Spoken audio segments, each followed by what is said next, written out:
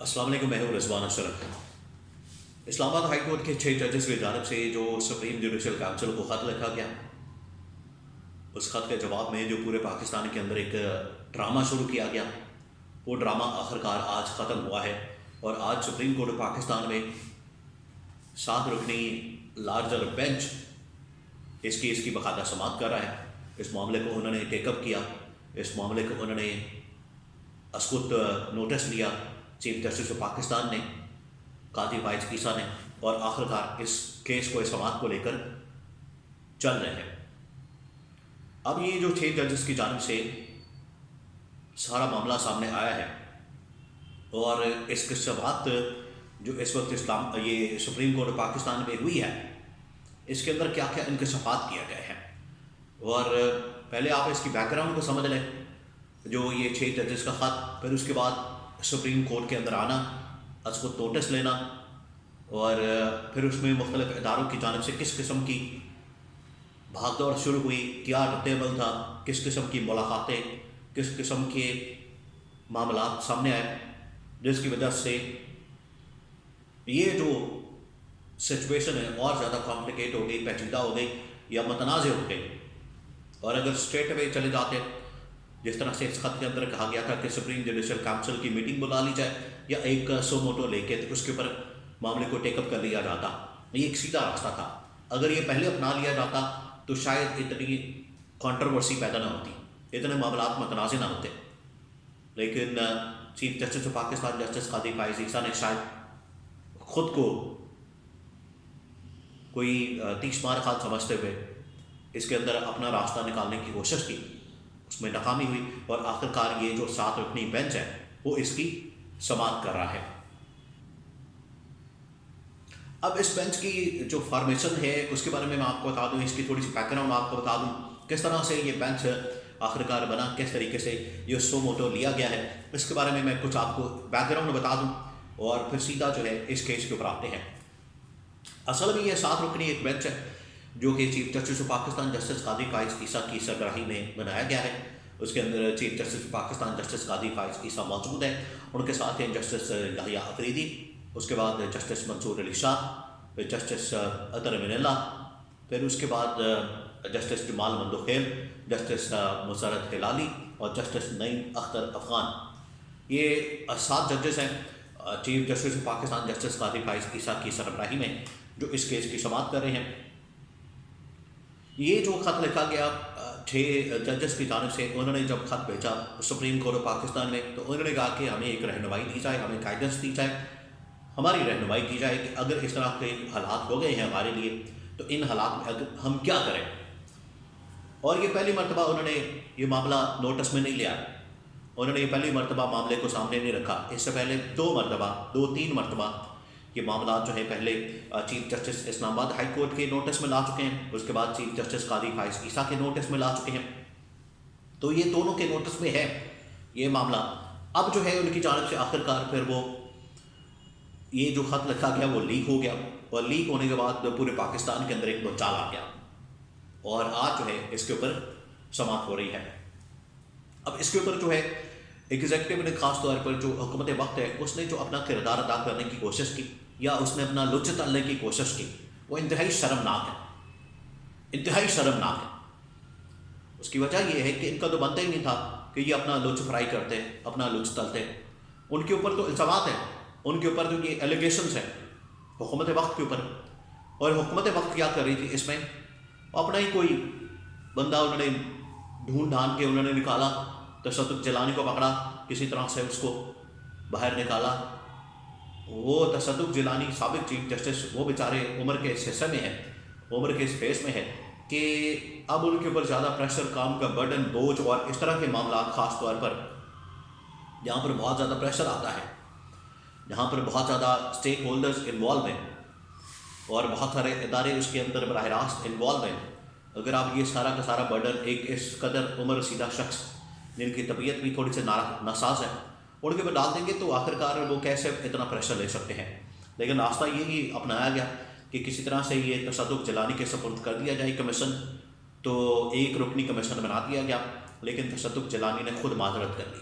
تصدق جیلانی نے خود معذرت کر لی، اور پھر اس کے بعد 3 رکنی کمیٹی جو کہ اب پریکٹس پروسیجر ایکٹ کے تحت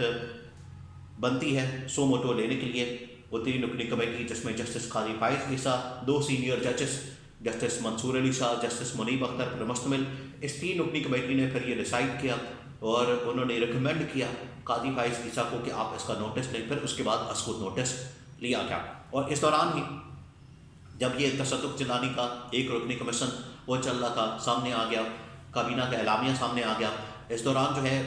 پاکستان بھر سے بہت سارے وکلا، بہت سارے لائرس، 400-500 وکلا وہ پٹیشن دائر کرنے جا رہے تھے سپریم کورٹ آف پاکستان میں۔ پی ٹی آئی بھی جو اس کو چیلنج کرنے جا رہی تھی وہ تمام کے تمام پہنچ چکے تھے کہ جو سپریم کورٹ ہے اس معاملے کے اوپر اسکوت نوٹس لیں۔ تو آخرکار اس کا اسکوت نوٹس لے لیا گیا اور آج اس کی باقاعدہ سماعت شروع ہو چکی ہے۔ یہ پہلی سماعت ہے۔ پہلی سماعت کے دوران سب سے پہلے تو یہ جو 6 ججز کا خط ہے اس کو سامنے رکھا گیا اور اس کے جو کنٹینٹس ہیں، اس کی جو تفصیلات ہیں، اس کے بارے میں جو انفارمیشن ہے وہ ساری کی ساری ڈسکس کی گئی ہے کہ اس کے اندر کیا کیا آیا ہے، اس کے اندر کیا چیزیں ہو رہی ہیں اور اس کے اندر معاملات کیا ہیں۔ معاملات بڑے خوفناک ہیں، معاملات بڑے خطرناک ہیں، معاملات بڑے یہ ایسے ہیں کہ آپ کو نو گو ایریا کی طرف جانا پڑے گا، آپ کو انٹیلیجنس اداروں کی طرف جانا پڑے گا، اسٹیبلشمنٹ کی طرف جانا پڑے گا، جہاں پر شاید جو چیف جسٹس ہے وہ نہیں جانا چاہتے تھے، یا ان کو پیغام ملا تھا کہ آپ اس طرف نہ جائیں اور آپ ایگزیکٹو کے اوپر، حکومت وقت کے اوپر پھینک دیں۔ حکومت وقت جانے، پھر اس کے بعد انہوں نے 6 ججز جانے، حکومت وقت نے پھر شہباز حکومت نے ڈال دیا تصدق جلانی کے اوپر، انہوں نے انکار کر دیا، معذرت کر دی، پھر معاملہ آخرکار پڑ گیا، یہ سو موٹو نوٹس اس کے اوپر لے لیا گیا۔ تو یہ جو خط ہے اس کے کنٹینٹس کو بیان کیا گیا، اس کے کنٹینٹس کو پڑھا گیا اور پورا خط جو ہے ڈیٹیل کے ساتھ جو تقریباً 5-6 صفحات کے اوپر مشتمل ہے، یہ خط میرے پاس موجود ہے اور اس خط کے اندر جو کہانیاں بیان کی گئی ہیں، اس خط کے اندر جو واقعات اور ڈیٹیلز بیان کی گئی ہیں وہ انتہائی خوفناک ہے۔ آج جو ہے ان کو باقاعدہ طور پر ڈسکس کیا گیا، آج جو ہے وہ باقاعدہ اس عدالتی کارروائی کا حصہ بن چکا ہے اور اب آگے معاملات جو ہے وہ بڑے سنگین اور آگے معاملات جو ہے وہ آخرکار اس قوم کے لیے وہ بڑے نئے انکشافات سامنے آنے والے ہیں۔ اس کی وجہ یہ ہے کہ یہاں پر جو چیزیں ڈسکس ہوئی ہیں، یہاں پر جو چیزیں اس طریقے سے بیان کی گئی ہیں، جس طریقے سے 6 ججز نے اپنا معاملہ سپریم کورٹ کے سامنے رکھا ہے، اس سے بہت انکشافات سامنے آ رہے ہیں حیران کن قسم کے۔ اور یہ ججز کو اس کے اندر بہت سارے ایسے ججز ہیں جن کو اس بات کا اندازہ ہے، جس میں جسٹس اطہر من اللہ وہ بھی جانتے ہیں، بابر کوریڈور سے ہو کے آئے ہوئے ہیں، جسٹس منصور علی شاہ، جسٹس یحییٰ آفریدی، جمال منتخیل، یہ وہ ججز ہیں اور اس میں اطہر من اللہ خاص طور پر اسلام آباد ہائی کورٹ کے چیف جسٹس رہ چکے ہیں، ان کو پتہ ہے کہ کیپٹل کے اندر کیا ہوتا ہے، دارالحکومت کے اندر کس طرح کے معاملات ہوتے ہیں، کیونکہ کیپٹل کے اندر یا اسلام آباد ہائی کورٹ کے اندر جو اسلام آباد کی ہائی کورٹ ہے وہاں پر طاقتور لوگوں کے کیسز آتے ہیں، طاقتور لوگوں سے متعلق معاملات آتے ہیں کیونکہ وہ کیپٹل ہے۔ اس وجہ سے جسٹس اطہر من اللہ معاملات کو جانتے ہیں، ان کو پتہ ہے، وہ ان چیزوں کو سمجھتے ہیں کہ یہ معاملات جو اس طرح کے رپورٹ ہوئے ہیں 6 ججز کی تعلق سے یہ حقیقت ہے اور اس کے پیچھے حقیقت موجود ہے، اس کے پیچھے جو ہے ان کو پتہ ہے کہ کچھ نہ کچھ ہو رہا ہے، اسی کو سامنے لانا ہے، اسی کو سامنے رکھنا ہے، اسی کے مطابق کی معاملات کو آگے چلانا ہے اور اسی کے مطابق کی چیزوں کو آگے بڑھانا ہے۔ اب یہ تمام چیزیں سامنے آ چکی ہیں اور ایک ایک کر کے اب اس کے اوپر تمام چیزیں کھل رہی ہیں اور لوگوں کو اندازہ ہو رہا ہے کہ یہ ملک کا نظام ہے،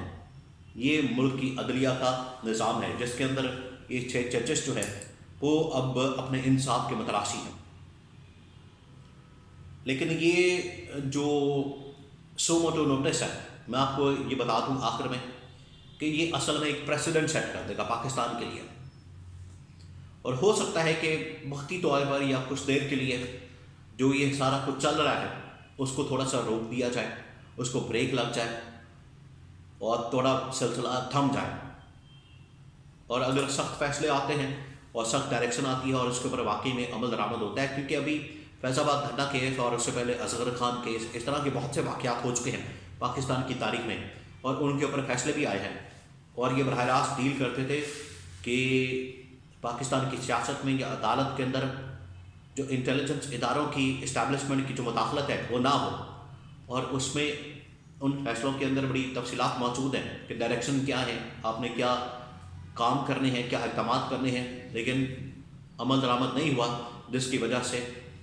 ان اقدامات کے اوپر جب عمل درآمد نہیں ہوا اس کا فائدہ بھی کوئی نہیں ہوا۔ تو اگر یہاں پر یہ فیصلہ ہوتا ہے، کوئی عمل درآمد کے لیے اقدامات بتائے جاتے ہیں تو ان کے اوپر کام ہوتا ہے، عمل درآمد ہوتا ہے، تو صحیح معنوں میں ملک جو ہے وہ صحیح ڈائریکشن کی طرف جا سکتا ہے۔